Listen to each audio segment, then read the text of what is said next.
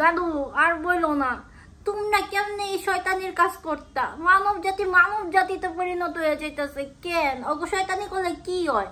সকাল থেকে এত বুঝাইলাম, মাত্র 3টা কাজ করতে পারছি, কোনো লাভ হইতাছে না।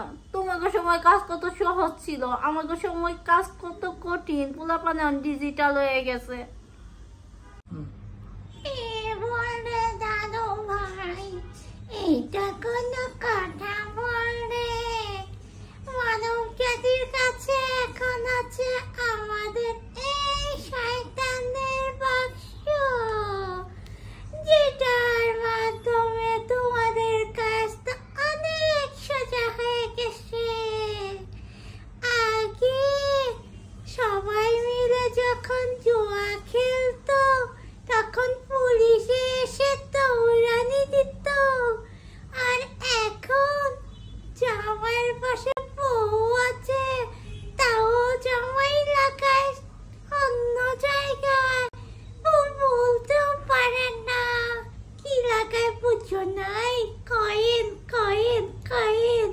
দেশে বিদেশে যে কোনো জায়গায় জুয়া এইভাবেই খেলে।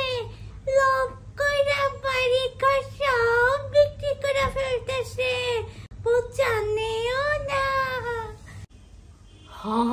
ঠিক কইছো। আবার কয়দিন পর আসতেছে রোজা, এত চিন্তা করো কেন? একটা কইরা সেহরি খাবে আর বলবে আলহামদুলিল্লাহ। সেহরি টান, প্রথম রমজান টান।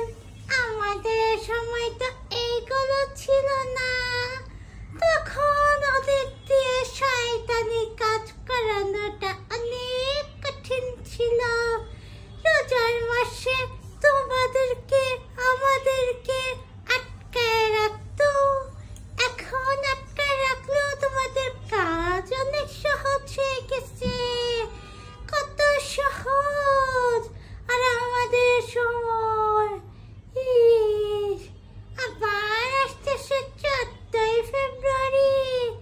আমাদের সময় 14ই ফেব্রুয়ারি বলে কিছু তেমন ছিলই না, ছিল একটু। এক ছেলে থাকতো 10 হাত ধরে, আরেক ছেলে থাকতো 10 হাত ধরে।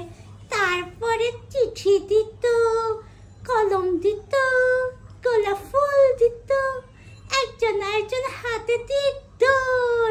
আর এখন 14ই ফেব্রুয়ারি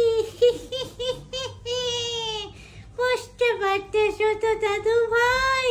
তোমাদেরই দিন এখন।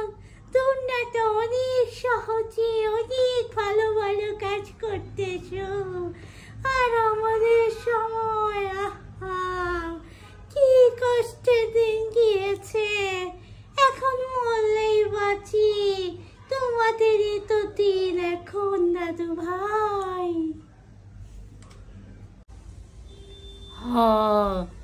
একদম ঠিক কথা কইছো। ঠিক আছে, একদম ঠিক আছে।